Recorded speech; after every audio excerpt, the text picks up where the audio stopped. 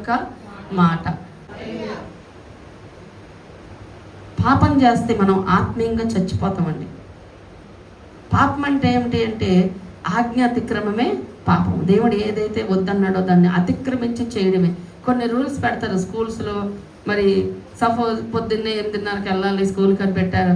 స్కూల్కి టైంకి వెళ్ళకుండా 10ంటికి వెళ్ళాడు అనుకున్నాడు. అండ్ ఏం చేస్తారు టీచర్లు?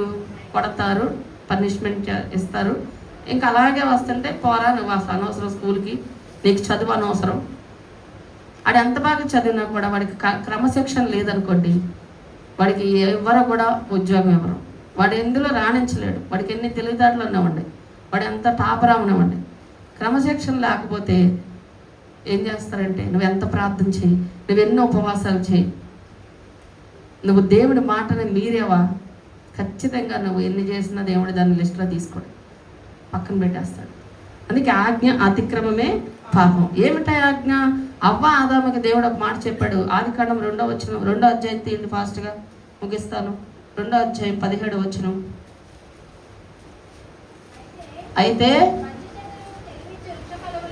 మంచి చెడ్డలను తెలివినిచ్చు వృక్ష ఫలములను తినకూడదు, నీవు వాటిని తిను దినమున నిశ్చయముగా చచ్చెదవని నరునికి ఆజ్ఞాపించిన. దేవాది దేవుడు నరుడిని సృష్టించిన తర్వాత, అవ్వని ఆదాముని సృష్టించిన తర్వాత ఒక తోట వేసి ఆ తోటలో వాళ్ళని పెట్టి ఏం కావాలంటే తినండి, ఫ్రూట్స్ తినండి, ఇగో ఒక్కటి. ఆ ఒక్కటి కూడా ఎందుకు చెప్పాడు దేవుడు? చాలామంది అంటారు ఆ ఒక్కటి అక్కడ పెట్టుకుని ఉంటే బాగుండే దేవుడు. ఇక మన భక్తి ఎలా తెలిసిద్ది? అన్నీ ఇచ్చి ఒకటి వద్దు అన్నాడు అంటే దేవుడు మాటను మేరుతామా లేదా అని ఒక దానికోసం పెట్టాడు తప్ప ఆ పండులో ఎలాంటి పవర్ లేదు. ఆజ్ఞ అతిక్రమించడమే పాపం. రూల్స్ బ్రేక్ చేస్తే ఏమైంది? కేసు అయింది. ఇటు నుంచి వెళ్ళకూడదురా వన్వే అన్నప్పుడు నేను ఇటు నుంచి వెళ్తాను, నాకు అర్జెంట్ అంటే ఊరుకుంటాడు, కేసు రాసి వేస్తాడు. ఆజ్ఞాతిక మాకు అర్జెంట్ అండి, హాస్పిటల్ అండి, మేము మాకు కొంచెం ఇంపార్టెంట్ పని ఉందండి అంటే అన్నీ ఏమీ అనడు, కేసు రాసేస్తాడు అంతే. నువ్వు ఎందుకు వన్వేలో వచ్చు? నీకు కారణాలు అవసరం లేదు. అలాగే దేవుడు కూడా వాళ్ళకి అన్ని ఫలాలు పెట్టాడంట. నరుడిని సృష్టించిన తర్వాత ఒక్కటి చెప్పాడు, ఈ ఒక్కటి తినొద్దు, మీరు మొత్తం తిని శుభ్రంగా హ్యాపీగా ఉండండి అని చెప్పి దీవిస్తే ఏం చేశారు వాళ్ళు? ఇప్పుడు చదవండి 2:17.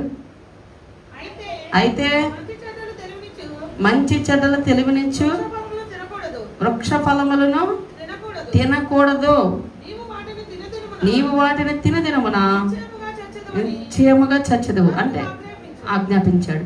అంటే ఇక్కడ సుగుణాకర్ అంటున్నావా, ఫలాలు తినకూడదు, తింటే చచ్చిపోతావు అన్నమాట. చచ్చిపోయారు వాళ్ళు. తర్వాత చాలామంది అంటారు మేము ఏదో తప్పు చేశాం కానండి, ఒప్పుకోరు దేవుడి దగ్గర. సేవకుడు గద్దెత్తే తిరుగుబాటు చేస్తారు, రివర్స్ చెప్తారు మళ్ళీ దానికి. వీళ్ళు ఆత్మీయంగా చచ్చిపోతారు దేవుడి దృష్టిలో. ఇప్పుడు అవ్వ ఆదాము బతికే ఉన్నారు. దేవుడు ఏమన్నాడు? నువ్వు ఎప్పుడైతే పండు తింటావో నువ్వు ఖచ్చితంగా చచ్చిపోయినట్టే అన్నాడు. ఆత్మీయంగా చచ్చిపోతాం మనం. ఎప్పుడైతే దేవుడికి ఇష్టం లేని చోటుకి వెళ్తున్నామో, ఇష్టం లేనట్టుగా బ్రతుకుతున్నామో మనం ఆత్మీయంగా చచ్చినట్టు. దేవుడి దృష్టిలో మనం జీవించినట్టు కాదు.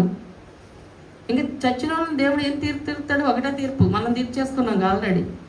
ఇక ఆ పాపాలను బట్టి డైరెక్ట్ వెళ్ళిపోవడమే. వాళ్ళకి ఇంకా తీర్పులు ఏమి ఉండవు.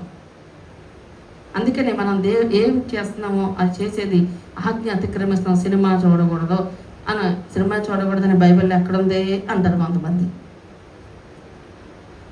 అంటే దొంగతనం గురించి రాశాడు, వ్యభిచారం గురించి రాశాడు, అన్యాయంగా ఎవరి దగ్గర తీసుకోకూడదని రాశాడు, విధవరాలని దిక్కులేని వారిని ఏడిపించకూడదని రాశాడు. ఇవే కదా ఉన్నాయి. మరి పళ్ళు తోముకోమని రాశాడా అందులో? మరి ఎందుకు కడుక్కుంటున్నారు చెప్పలేండి. మన నరకెళ్ళినప్పుడు పళ్ళు ఒకరోజు పళ్ళు తోముకోవాలా? ఈ పిల్ల పళ్ళు తోమాలి అంటుంది. అమ్మాయి ఇక్కడ అవకాశం లేదు, మనం పడుకోలేదు, నిద్రపోతాయి కదా, పళ్ళు తోముకుంటాం. నిద్రే వాళ్ళ మేము ఆ రోజంతా 1 గంట దాకా ఈ పిల్ల వచ్చిద్దా లేదని టెన్షను. ఈ పిల్ల వచ్చాక టైం అయిపోయింది, వెళ్ళిపోయాం. ఇంకేంటి అంటే ప్రతిదీ రాయండి. దేవుడు కొన్ని మాటలు చెప్పాడు, ఇగో అవి కొన్ని కోమలోకి వస్తాయి. సేవకులు వాటిని వద్దు అన్నప్పుడు, వద్దు ప్రభా, నా జీవితంలో ఈరోజు నాతో మాట్లాడావు, ఈరోజు ఈ వాక్యం ద్వారా దేవుడు నాతో మాట్లాడాడు, ఇది నాలో ఉంది, నేను సరి చేసుకుంటానయ్యా అని చెప్తే దీవించబడతావు, కనికరం పొందుకుంటావు, దేవుడి యొక్క కృప పొందుకుంటాం. దేవుడి కృపలేనిది ఏమి జరగదండి. హల్లెలూయా.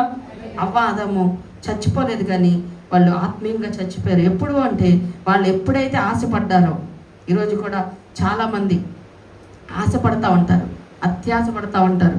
మన ఆశ మనల్ని పాపంలోకి నడిపేస్తుంది, మన ఆశ మనల్ని ఆత్మీయంగా చంపేస్తుంది. ఏదైనా కోరుకున్నావా అది దేవుని చిత్తమైంది కోరుకో. అది దేవుని చిత్తం కాదా, అది ఎంత కోటి రూపాయల దిగులైనా ఈ ప్రపంచం అంతా కొనగలిగినంత డబ్బు ఉన్నా కూడా అది నీకు అవసరం లేదు. ఎందుకు అంటే అది దేవుడి చిత్తం కాదు. దేవుడి చిత్తంలో మనం ఆశించేది దేవుడి చిత్తమా, మనం చేస్తున్నది దేవుడి చిత్తమా, మనం తింటున్నది దేవుడి చిత్తమా, మనం బ్రతికే బ్రతుకు దేవుడి చిత్తమా, దేవుడికి ఇష్టమైందేనా, దేవుడు బాధపడేదా, దేవుడు దుఃఖపడేదా అని మాత్రం మనం ఖచ్చితంగా చెక్ చేసుకుంటూ ఉండాలి. లేకుండా ఎలా పడితే నా ఇష్టం నా ఇష్టం నా ఇష్టం అనుకుంటూ వెళ్తే అక్కడ మాత్రం మన ఇష్టమే ఉండదు. దేవుడు తీర్పు తీరుస్తాడు. ఆఖరిగా 1 యోహాను 5:17 చదవండి. వాక్యం కొంతమంది చెప్పినా కొంతమంది సరి చేసుకుంటారు, కొంతమంది సరి చేసుకోరు. 1 యోహాను లాస్ట్లో ఉంటుంది, 5:17 1 యోహాను 5.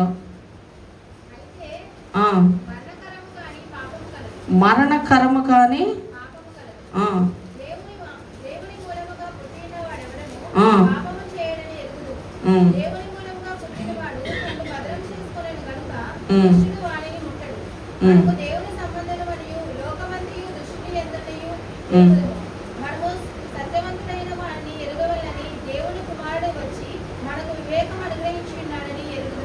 చాలు. వాక్యాన్ని విని అనుసరించి లోబడడం. మనం దేవుడు మూలంగా పుట్టినోడు, దేవుడిని చిత్తంగా బ్రతికేవాడిని దుష్టుడు ముట్టడు. అంటే అభ్యంతరాలు కలుగుతాయి కానీ వాడు ఏమి చేయలేడండి. వాడు ఏం చేయలేడు. ఈ గోడ ఆపాలనుకున్నాడు, చర్చి ఆపాలనుకున్నాడు, మన జీవితంలో జరిగే కొన్ని మరి గొప్ప గొప్ప మేలులు ఆపాలని వాడు ప్రయత్నాలు చేస్తాడు. కష్టాలు రావని చెప్పను, కానీ గెలిచిన వాళ్ళు ఎంతమంది, సక్సెస్ అయిన వాళ్ళు ఎంతమంది, ఓడిపోయి ఫెయిల్ అయిపోయిన వాళ్ళు ఎంతమంది. ఎందుకంటే వాళ్ళ జీవితం దేవుడికి ఇష్టంగా లేదనుకో, వాళ్ళ జీవితంలో వచ్చే ఆటంకాలను వాళ్ళు జయించలేరు. నువ్వు ఏదైనా నీ జీవితంలో ఆటంకం వస్తుంది, దాన్ని జయించాలి అంటే, గెలిచి నువ్వు సాధించాలంటే దేవుడి కృప నీ మీద ఉండాలి. ఎప్పుడు దేవుడి కృప ఉంటుందంటే మనం దేవుడి వాక్యాన్ని అనుసరించి నడుచుకున్న వాళ్ళ మీద ఆటంకాలు వచ్చినా వాటిని దాటగలుగుతారు. వాళ్ళ ఆశలు నెరవేర్చబడతాయి. ఆశలు అంటే దురాశలు కాదు, మళ్ళీ మంచి ఆశ. ఇందాక ఎవరు సాక్ష్యం చెప్పారు, ఎవరు ప్రశాంత్. ఎప్పుడు మరి డబ్బులు వచ్చినప్పుడు ఆమె ఏమంది, నిజమే, ఒక వస్తువు కొనుక్కోవాలన్నా ఒక ఏదైనా మనం డబ్బులున్నా కొనలేము, డబ్బు లేకపోయినా కూడా దేవుడు ఇస్తాడు, అది వేరే విషయం. దేవుడు కృప లేకపోతే ఏది జరగదు. ఆ వచ్చిన డబ్బు అంతా వ్యర్థంగా ₹1 కూడా పోకూడదు, అన్ని మంచి వస్తువులు కొనుక్కోవాలని ఆ బిడ్డ ఎప్పుడు ఆశ. ఎంత పరిచయం చేసింది దేవుడి మందిరంలో వచ్చి. దేవుడు ఆమె ఆశని, ఆమెను చూశాడు, ఆ ప్రయాసను చూశాడు, అన్నీ చక్కగా ఆమెని. మన ఆశ మంచిదై ఉండాలి, మనకు ఉపయోగపడేదై ఉండాలి, అది స్వచ్ఛమైనది ఉండాలి, అది నీతి కలిగిందై ఉండాలి. ఆ పక్కన వాళ్ళని తీసుకుందామా, లేకపోతే వాళ్ళ పక్కన వాళ్ళని జీవితంలో చిచ్చు పెడదామా, లేదంటే వాళ్ళని డిస్టర్బ్ చేద్దామా, వాళ్ళని బాధ పెడదామా. ఎవరో అక్కడ కొట్టు పెట్టుకున్నారు, ఆడు బతుకుతున్నాడు, నేను వెళ్ళి అక్కడ బాగా బేరం అవుతుంది, నేను అక్కడే పెడదాం అనేది తప్పు. ఎప్పుడైనా సరే మనం మంచి ఆలోచనలు, ఎప్పుడైతే మంచి ఆలోచన చేస్తామో అది మంచి జరిగిద్ది. మనం ఎప్పుడైతే చెడ్డ ఆలోచన చేస్తామో చెడు జరిగిద్ది.